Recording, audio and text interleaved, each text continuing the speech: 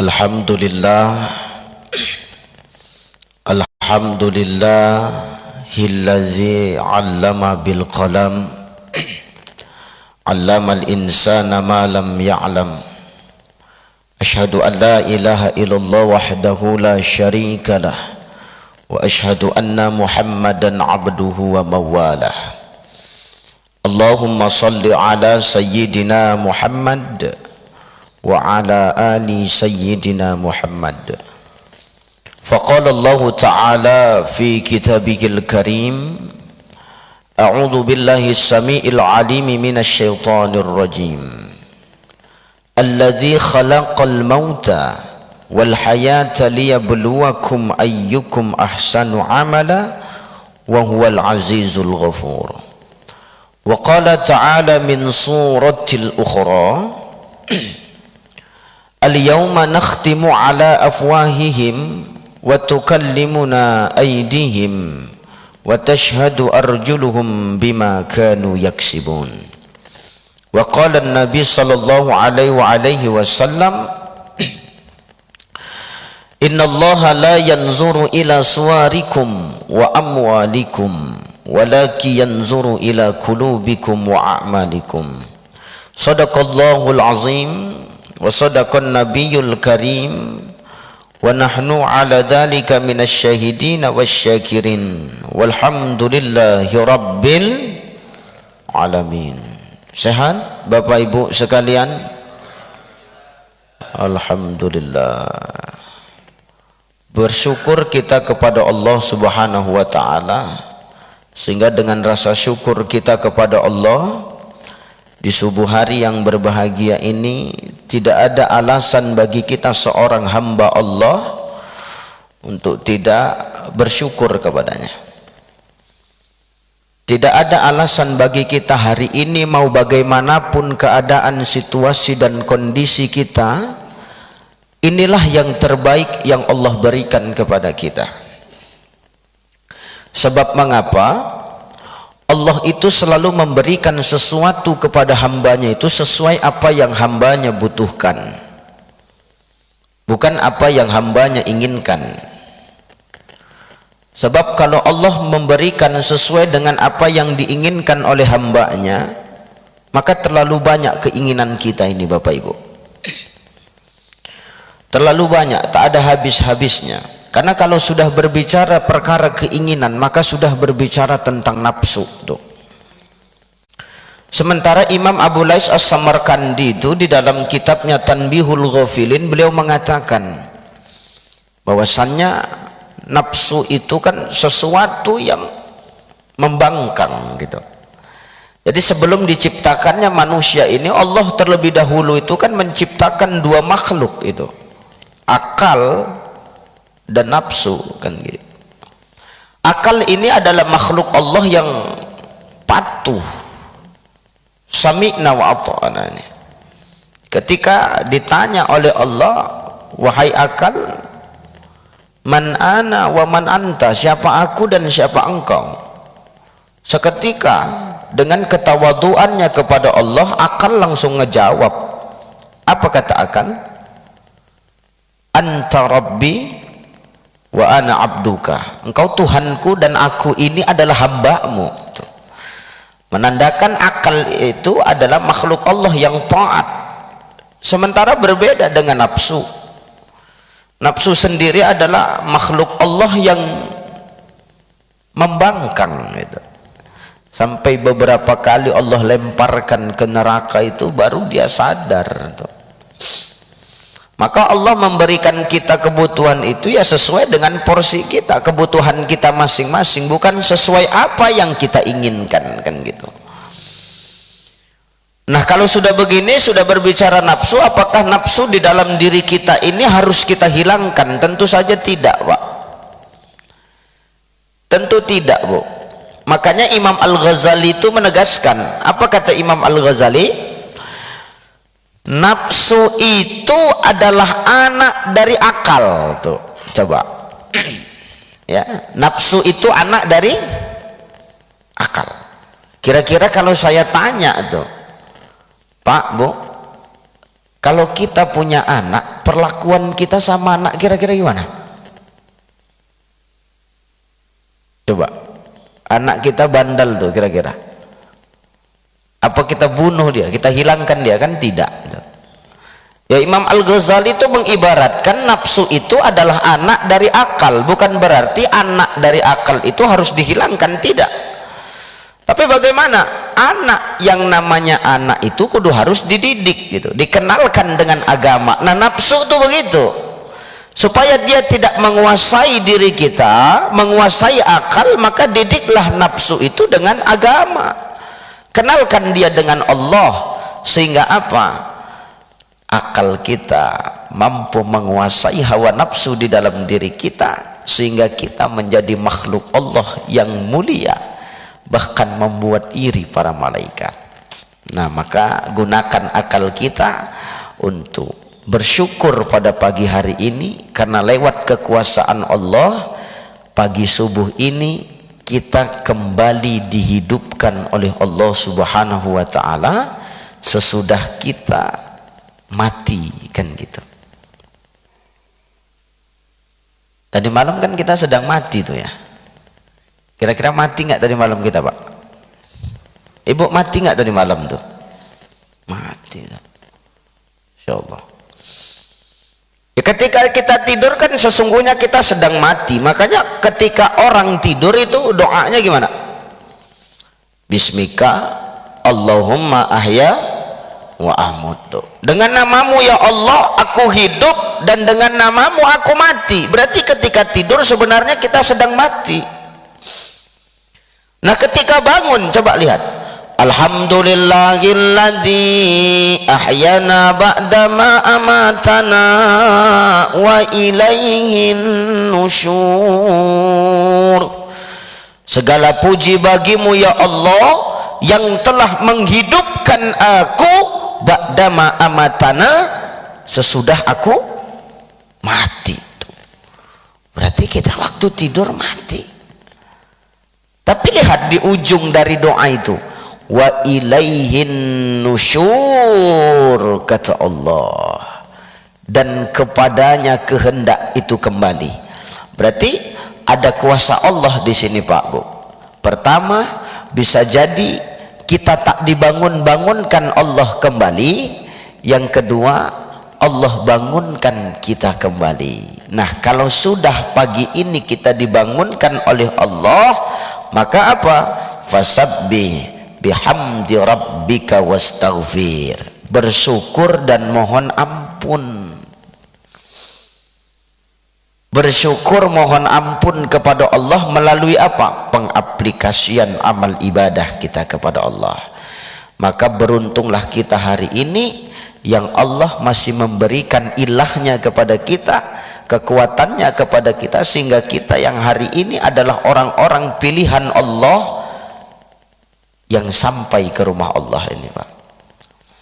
Berapa banyak orang yang hari ini telinganya mendengar, berapa banyak hari ini orang yang matanya melihat, kakinya bisa berjalan, hatinya peka merasa, bahkan Allah kasih kendaraan lagi. Coba. Tapi ketika panggilan azan hayya 'alas salam, hayya 'alal falah,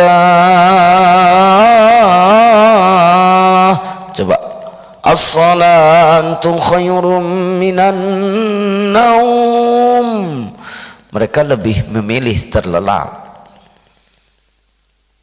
Maka bersyukur kita, lewat ilah dari Allah kita digerakkan, kita sampai kemari untuk beribadah kepada Allah di saat orang-orang yang lain sedang tidur mendengkur.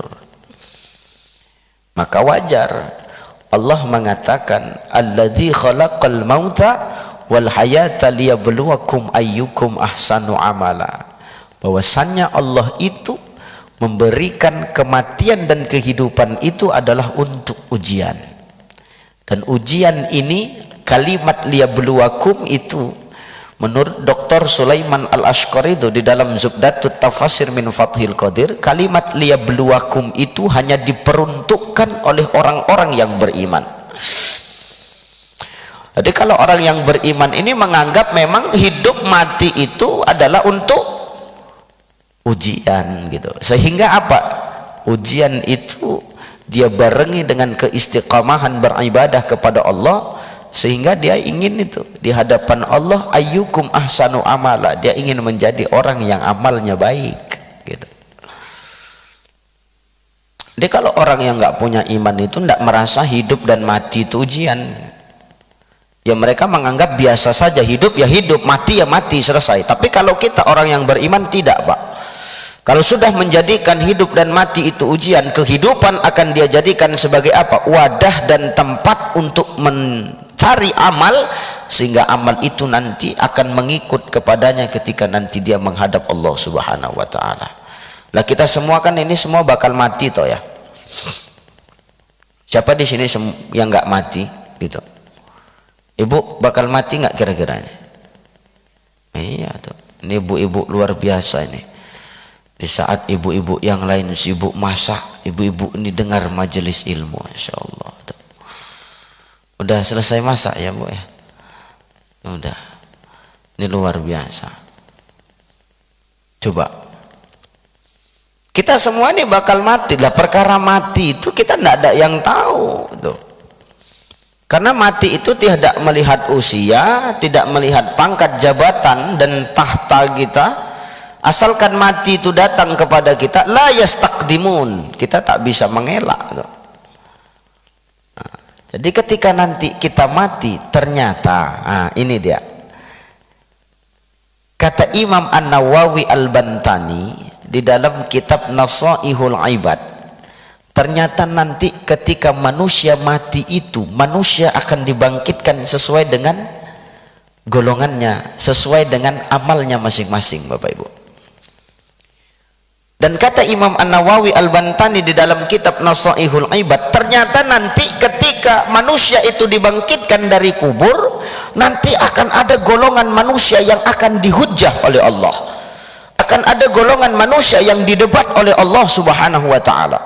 Siapa 4 golongan ini yang akan didebat oleh Allah? Nah, inilah yang insya Allah akan saya sampaikan ini. Siapa aja yang 4 ini yang bakal didebat oleh Allah? Pertama, kata Imam An-Nawawi Al-Bantani, golongan yang nanti akan didebat oleh Allah, pertama, dialah golongan orang-orang yang kaya, yang dengan kekayaannya itu dia sombong kepada Allah, lalu dia lalai dalam beribadah kepada Allah Subhanahu wa taala. Kekayaan yang Allah titipkan kepada dirinya bukan menjadikan dirinya semakin dekat kepada Allah, tapi semakin dia Allah berikan kekayaan, dia semakin jauh dari Allah Subhanahu wa taala. Maka nanti orang kaya yang lalai dan jauh dari Allah ini akan dibangkitkan oleh Allah dari kubur. Hei orang kaya, hei orang kaya yang lalai kepadaku, hei orang kaya yang dulu ketika kutitipkan kemewahan, kenikmatan, kekayaan kepadamu, kau jauh dari aku.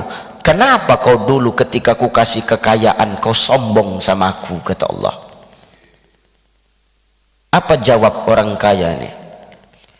Macam manalah mungkin aku sempat beribadah kepadamu ya Rabb, sedang aku sibuk menjaga hartaku.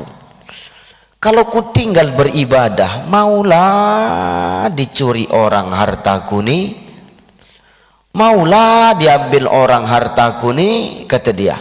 Oh, kau sombong ya, kata Allah.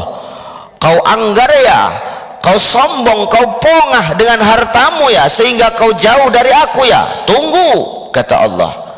Maka Allah nanti akan panggil kepadanya di hadapan golongan orang-orang yang kaya, tapi dia sombong kepada Allah. Allah akan panggil kekasihnya. Siapa? Nabi Allah, Nabi Sulaiman alaihissalam. Sulaiman, sini, panggilnya Sulaiman. Sulaiman, kemari, jangan kau minum dulu, sini kau Sulaiman, kata Allah Ta'ala. Mari Sulaiman, datang Sulaiman tuh. Sulaiman datang, dibilang sama Allah, hei orang kaya yang sombong, hei orang kaya yang malas ibadah, orang kaya yang hidupnya jauh dari aku, dibandingkan kekayaan Sulaiman, mana lebih kaya, kau apa Sulaiman? Sulaiman. Ini Sulaiman apa ya? Sulaiman Nabi Allah, Sulaiman alaihi salam ya, bukan Sulaiman perumahan sini, tidak tuh. Mana kayamu lebih banyak, kau apa Sulaiman? Sulaiman tuh. Mana hartamu lebih mewah, kau apa Sulaiman? Sulaiman. Terus ini Sulaiman hartanya banyak, ini Sulaiman kemewahannya luar biasa, kekuasaannya meliputi alam nyata dan alam gaib, tapi sedikit pun dia tidak pernah lengah dalam beribadah kepadaku. Nah kau, aduh, barulah aku titipkan harta sedikit, barulah aku titipkan PNS golongan 3D, kok sombong kali kau, kata Allah. Terdiam dia, tak bisa bercakap. Terakhir Allah campakkan dia ke dalam neraka tuh. Ini tamparan buat kita. Kita yang hari ini dikasih Allah kenikmatan, Allah kasih hari ini kekayaan, kemewahan, jangan sampai kemewahan dan kekayaan itu malah menjauhkan diri kita dari Allah. Sadarlah kita bahwasanya kenikmatan dan kemewahan yang hari ini kita nikmati itu Allah yang nitip. Jadi kalau Allah sudah nitip, suatu saat bakal diambil sama yang maha menitip tuh. Yang nitip siapa? Allah. Yang bakal ngambil siapa? Allah. Maka selagi Allah kasih kesempatan kenikmatan dalam hidup ini, jadikan sebagai jalan kita untuk beribadah. Sadarlah kita bahwasanya apa? Di dalam harta dan kenikmatan yang hari ini kita miliki ada hak Allah. Ada hak Allah. Maka jangan sampai kita lalai bahwasanya hak Allah itu harus kita keluarkan tuh. Hak Allah keluarkan, jangan sampai apa? Allah mengambil paksa haknya sehingga nanti yang timbul hanyalah penyesalan. Yang seharusnya dikeluarin 1 juta, gara-gara kita tunda-tunda itu mau lebih dari situ. Nah cara Allah itu macam-macam. Bagaimana cara Allah? Yang dengan anak sakit, ya kan? Yang dengan ada aja masalah nggak habis-habis, urusan dipersulit. Ini sebenarnya tamparan dari Allah buat kita, tapi kita tidak pernah sadar gitu. Maka mari kita sadar, jangan semakin Allah titipkan harta lantas kita semakin jauh dari Allah. Kalau perkara harta manusia bisa masuk surga, demi Allah Korun itu orang kaya, tapi kenapa Allah campakkan ke neraka? Kalau karena jabatan pangkat manusia bisa masuk ke dalam surganya Allah, kenapa Fir'aun laknatullah itu Allah campakkan? Kenapa? Karena mereka tidak sadar bahwasanya itu adalah dari Allah. Jadi kita harus sadar, man ana wali man ana, siapa saya dan untuk siapa saya hidup. Kalau sudah sadar kita dari Allah dan untuk Allah kita hidup, maka tidak lain dan tidak bukan tugas kita di muka bumi Allah ini apa? Liya'budun, mengabdi dan beribadah kepada Allah Subhanahu wa taala. Maka jangan sampai kekayaan kita itu menjauhkan kita dari Allah. Keluarkan hak Allah, semakinlah kita dekat kepada Allah. Jangan sampai kita semakin jauh kepada Allah karena tipuan fatamorgana dunia kepada Allah. Intan surullaha yansurkum wa yusabbits aqdamakum. Kalau kita mau dimenangkan oleh Allah, mau ditolong oleh Allah, maka menangkan dan tolonglah agama Allah. Wa yusabbits aqdamakum, maka Allah akan meneguhkan kedudukanmu insyaallah ya. Maka jangan sombong Pak, dengan harta kita tolong agama Allah. Ada anak yatim bagi tuh, ada orang miskin kelaparan tuh, kasih tuh. Ada ustadz jauh-jauh dari Medan tuh, sambut tuh. Ini kan luar biasa nih sambutannya. Ini apa ini Bang? Susu atau takutku tua pula nanti. Warnanya sama ya, insyaallah. Tolong agama Allah. Demi Allah tidak ada orang yang miskin karena sedekah. Malah dengan sedekah itu akan memancing rezeki dari tempat yang tak pernah kita duga-duga. Apa kata Rasulullah? Man kana lahu malun falyatasaddaq bimalihi, man kana lahu quwwatun falyatasaddaq biquwwatihi, Man kana lahu ilmun falyatasaddaq bi ilmi. Siapa yang punya harta, kata Nabi, sedekah dengan harta. Tidak ada harta kita. Man kana lahu quwwatun, kau punya kekuatan, sedekah dengan kekuatanmu. Kita sudah tua, lemah, tidak ada kekuatan kita. Man kana lahu ilmun falyatasaddaq bi ilmi. Kita punya ilmu, sedekah dengan ilmu kita. Harta tak ada, kekuatan tak punya, ilmu tak ada. Cemana cara kami bersedekah? Falyaqul khairan aw liyasmut. Tak bisa kita berkata yang benar, aw liyasmut, kata Nabi, minimal kita diam, itu sudah termasuk sedekah. Jangan harta tak ada, kekuatan tak ada, ilmu tak ada, kerjanya saling menyalahkan aja. Taunya mengkritik tapi tak pernah membenarkan. Taunya mengkritik tapi tak pernah membangun. Nah, ini yang salah. Oh, salah ini warna cat masjidnya seharusnya bukan ini. Ada uang untuk ganti cat? Enggak ada. Ada kekuatan untuk bantu ngecat? Enggak ada. Ada ilmu kau untuk mendesain warna yang bagus? Enggak ada. Udah diam aja, enggak usah buat rusuh tuh. Diam aja, karena diammu sudah cukup itu untuk sedekah. Ya, maka jangan sampai harta kita menjauhkan kita dari Allah Subhanahu wa ta'ala. Selagi Allah memberikan kesempatan, maka gunakan kesempatan itu selagi ada. Nih golongan yang pertama. Golongan yang kedua nanti yang akan didebat oleh Allah Subhanahu wa ta'ala ketika dia bangkit dari kubur, siapa? Golongan yang kedua, kata Imam An-Nawawi Al-Bantani, golongan yang kedua itu adalah golongan orang-orang yang selama di dunia dia sibuk dengan pekerjaannya, dia sibuk dengan profesinya, dia sibuk dengan aktivitasnya, sehingga dia lalai dalam beribadah kepada Allah. Dia tuhankan pekerjaannya sehingga dia lupa kepada Allah Subhanahu wa ta'ala. Maka nanti orang ini akan dibangkitkan oleh Allah. Hei para pekerja, para pegawai, para buruh, para karyawan yang kau dulu di dunia sibuk dengan pekerjaanmu, kenapa kau dulu lalai beribadah kepadaku? Hah? Kenapa kau dulu lalai beribadah kepadaku?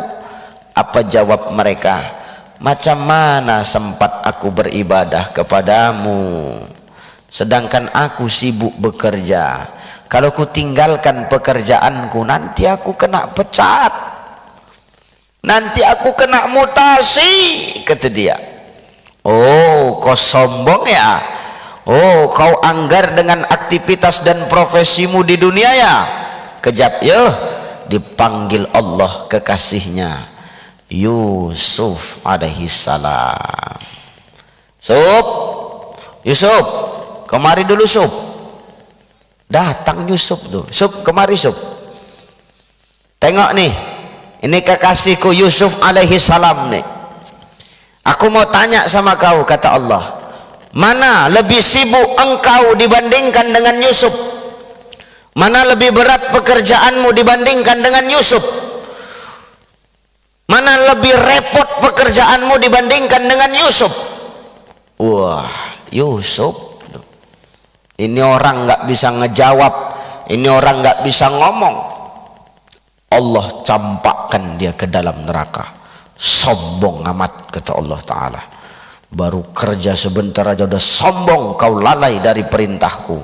Nih Yusuf nih, gambaran bagi kita para pekerja. Yusuf adalah seorang negarawan. Yusuf adalah seorang bendaharawan negara. Tugasnya melayani umat, tugasnya melayani rakyat, tugasnya melayani masyarakat. Tapi sedikit pun Yusuf alaihi salam tidak pernah lalai dari perintah Allah Subhanahu wa ta'ala. Maknanya apa Bapak Ibu? Sesibuk apapun kita dengan dunia kita, wa tuhibbunal mala hubban jamma, jangan sampai ketaatan kita, kecintaan kita kepada dunia mengalahkan kecintaan kita kepada Allah Subhanahu wa ta'ala. Tetaplah Allah menjadi prioritas kita dalam beribadah. Tetaplah Allah menjadi prioritas bagi kita dalam setiap pekerjaan kita. I'mal lidunyaka ka'annaka ta'isu abada. Kalau kau beramal untuk duniamu, silahkan, kata Nabi. Kau beramal untuk duniamu seakan-akan kau hidup selama-lamanya, silahkan Pak. Allah nggak larang kita jadi orang kaya, Allah nggak larang kita jadi orang yang sibuk dengan pekerjaan kita, Allah nggak larang kita ini berkarir. Tapi ingat, kata Nabi, wa'mal li akhiratika ka'annaka tamutu ghadda. Tapi ingat, bekerja, beramal, beribadahlah kepada Allah seakan-akan besok pagi engkau bakal akan mati. Maka jangan jadikan alasan pekerjaan kita untuk menomorduakan Allah setelah pekerjaan kita. Tetaplah Allah menjadi prioritas, tetaplah Allah yang paling utama. Jadikan pekerjaan kita itu adalah sebagai ibadah.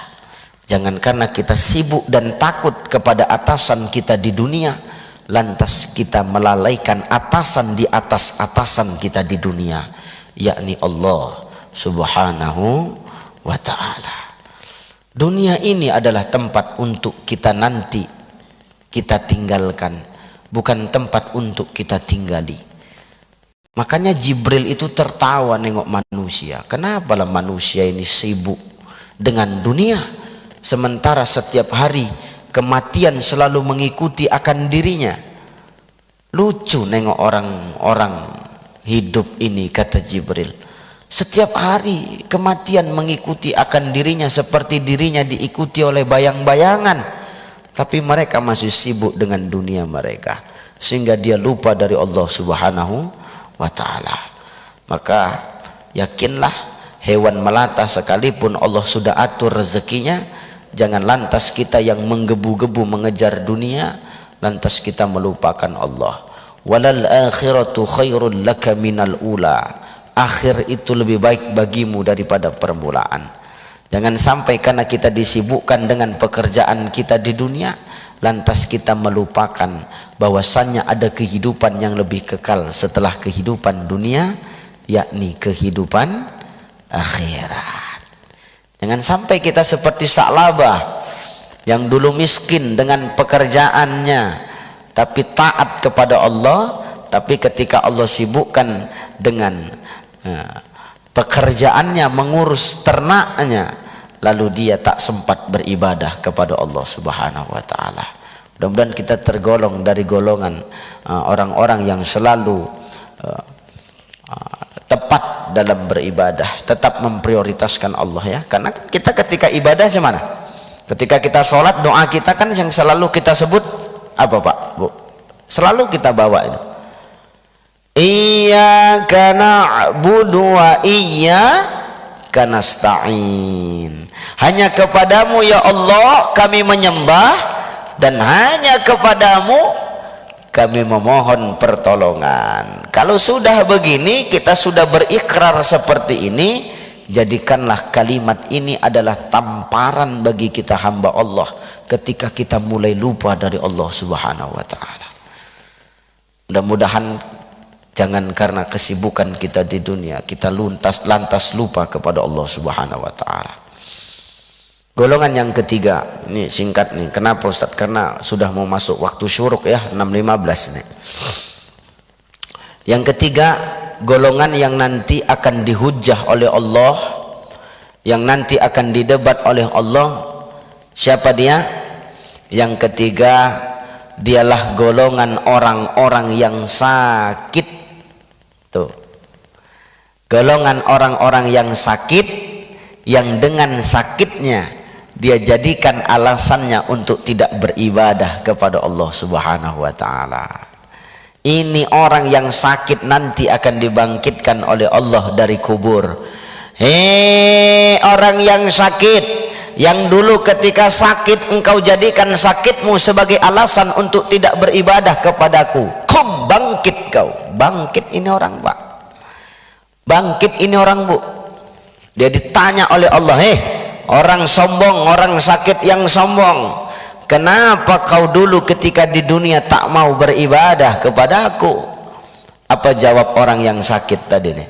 Bagaimana mungkinlah kami sempat beribadah kepadamu? Kami sakit. Bagaimana mungkinlah aku bisa beribadah kepadamu ya Rabb? Sedangkan aku sakit. Cemanalah caraku ibadah? Oh, kau jadikan alasan kau sakitmu tak beribadah kepadaku ya? Tunggu sekejap, kata Allah. Allah panggil kekasihnya. Siapa? Nabi Ayyub alaihissalam. Coba Nabi Ayyub alaihissalam dipanggil, Ayyub kemari. Iya ya Rob, nih kasih pelajaran dulu nih. Orang sakit yang sombong, yang dengan sakitmu kau jadikan alasan untuk tidak beribadah kepadaku, kau jadikan alasan sakitmu itu untuk melupakan aku. Kutanya samamu, kata Allah, mana lebih parah sakitmu dibandingkan dengan sakitnya Ayyub alaihissalam? Nabi Ayyub itu, Pak, Bu, dulu itu orang yang kaya, hartanya banyak, orang yang sehat, gagah, tapi semua itu Allah balikkan 360 derajat. Orang yang kaya dan berharta dijadikan Allah semiskin-miskinnya. Itu Ayub itu. Orang yang dulunya sehat Allah kirim penyakit. Apa penyakitnya? Allah busukkan badannya itu. Busuk badannya, Allah kirim penyakit kulit, busuk badannya, sangkingkan baunya, sangkingkan busuknya itu. Jangankan umatnya, anak istrinya pun pergi menjauhi dirinya. Tuh, ibu-ibu sini nggak gitu kan? Ini suami masih sehat, suami masih banyak harta, sayang kali dia. Giliran suami bangkrut, dikasih penyakit stroke, suami itu ditinggal pergi. Ada ibu-ibu sini begitu? Tak ada ya, tak ada di sini. Di luar rata-rata. Ya, jangan sampai. Ini Ayub luar biasa ujiannya, Pak. Jangankan umatnya, anak istrinya pergi meninggalkan dirinya ketika Allah uji. Tapi pernahkah Ayub sedikit lengah kepada Allah untuk tidak beribadah? Enggak. Ayub malah ikhlas tuh. Ayub tetap istiqamah beribadah kepada Allah. Demi Allah sedikit pun Ayub tidak mengeluh kepada Allah. Malah Ayub berserah diri kepada Allah. Dia bertawakal kepada Allah. Apa kata Ayub alaihissalam? Ya Allah, andai kata engkau kirimkan penyakit kepadaku, engkau busukkan badanku, engkau busukkan badanku ya Rabb, aku ikhlas, tidak masalah. Aku ikhlas ya Rabb, kau kirim penyakit seperti ini, kau busukkan badanku seperti ini, aku ikhlas, tidak masalah. Tapi aku pinta kepadamu ya Rabb, jangan busukkan lisanku, jangan busukkan lidahku. Silahkan busukkan badanku, tidak apa-apa, no problem, nggak masalah. Tapi jangan engkau busukkan lidahku ya Rabb. Karena kalau sempat engkau busukkan lidahku, lisanku, bagaimana caraku untuk menyampaikan kebaikan? Bagaimana caraku ta'muruna bil ma'ruf wa tanhauna 'anil munkar? Menyeru kepada kebaikan, mengajak kepada kebaikan, dan mencegah kepada kemungkaran. Bagaimana caraku ya Rabb? Maka jangan engkau busukkan lidahku. Silahkan busukkan badanku, tidak masalah. Tapi lidahku sekali-sekali aku minta jangan engkau busukkan. Maka Allah berikan lidah kepada kita adalah untuk apa? Menyebarkan kebermanfaatan. Menyebarkan kebermanfaatan dan kebaikan di dalam hidup dan kehidupan ini. Sebab mengapa? In ahsantum ahsantum li anfusikum wa in asatum falaha. Ketika kebaikan yang kita berikan, maka kebaikan itu akan kembali kepada kita. Tapi siapa yang menyebarkan kejahatan dan kemungkaran, perpecahan, maka kejahatan dan kemungkaran itu pun juga pasti akan datang juga kepada dirinya. Ini doa Ayub alaihissalam. Yang kedua, apa doa Nabi Ayub alaihi salam? Ya Allah, silahkan busukkan badanku, silahkan engkau busukkan badanku, kau kirimkan penyakit kepadaku ya Allah, aku ikhlas, kata Ayub, tapi aku pinta kepadamu ya Rabb, jangan sampai engkau busukkan hatiku. Kalau sampai engkau busukkan hatiku, bagaimana caraku berzikir, mengingat dan memuji akan kebesaranmu? Maka silahkan busukkan badanku ya Rabb, tidak masalah, tapi jangan sampai hatiku engkau busukkan. Maka kita yang hidup ini, jangan sampai hati kita ini memiliki penyakit hati ya, penyakit hasad. Imam An-Nawawi juga menjelaskan itu di dalam kitab Tanbihul Ghafilin, yang menyebabkan manusia mulia itu 4. Apa itu? Yang pertama al-aqal, karena manusia punya akal. Yang kedua ad-din, agama. Yang ketiga al-haya, karena manusia punya rasa malu. Yang keempat amalus salih, karena manusia punya amal soleh. Nah, ad-din, agama itu bisa membuat kita mulia. Tapi ingat, kemuliaan agama itu akan hilang ketika kita punya penyakit hati yang namanya hasad. Dengan hasad itulah kemuliaan agama akan hilang. Kalau sudah kita saling menggunjing, kalau kita sudah saling membenci, maka keistimewaan akan agama akan hilang.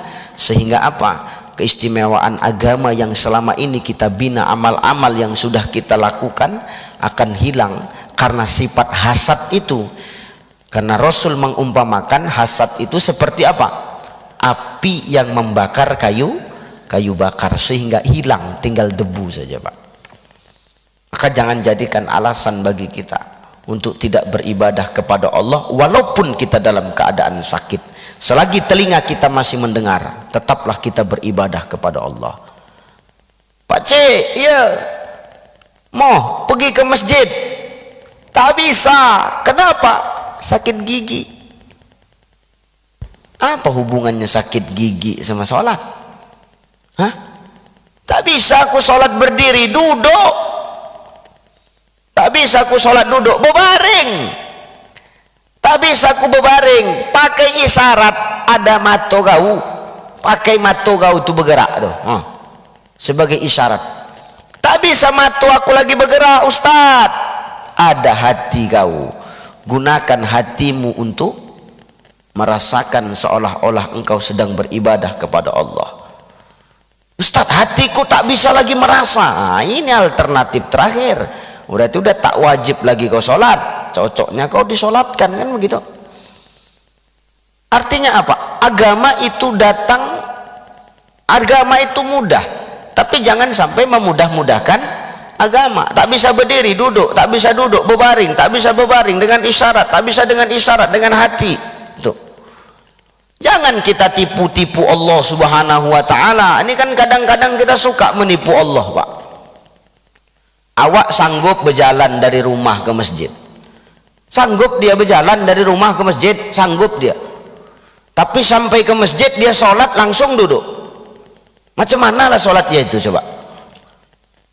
Al-Fiqhul Islamiyah wa Adilatuhu karangan Asy-Syaikh Wahbah Zuhaili, apa kata beliau? Orang yang sanggup berjalan kaki dari rumah ke masjid, sanggup dia berjalan dari rumah ke masjid, sampai di masjid dia sholat langsung duduk. Kata Asy-Syaikh Wahbah Zuhaili, sholatnya makruh. Tuh. Jangan tipu-tipu Allah. Tapi tak sanggup aku tegak ya Rob, tak sanggup aku tegak Ustadz. Kau tapi bisa berjalan dari rumah ke masjid. Tapi aku tak sanggup tegak lama-lama. Tegak sebentar, karena tegak itu rukun sholat.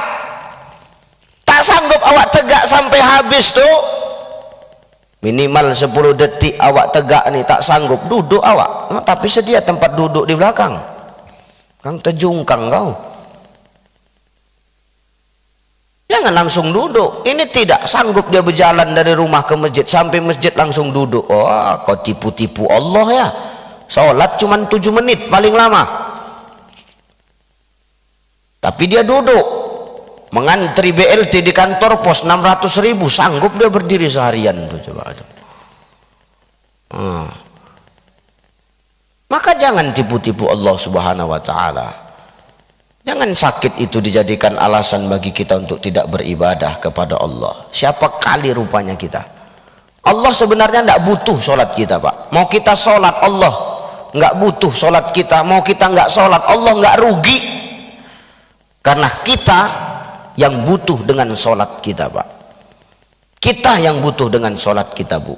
Bukan Allah yang butuh dengan ibadah kita. Kalau kita sholat, kita yang untung. Kita yang tak sholat, kita yang rugi itu. Maka jangan sampai sakit itu kita jadikan alasan untuk tidak beribadah kepada Allah Subhanahu wa taala. Terakhir, nih 5 menit lagi udah syuruk.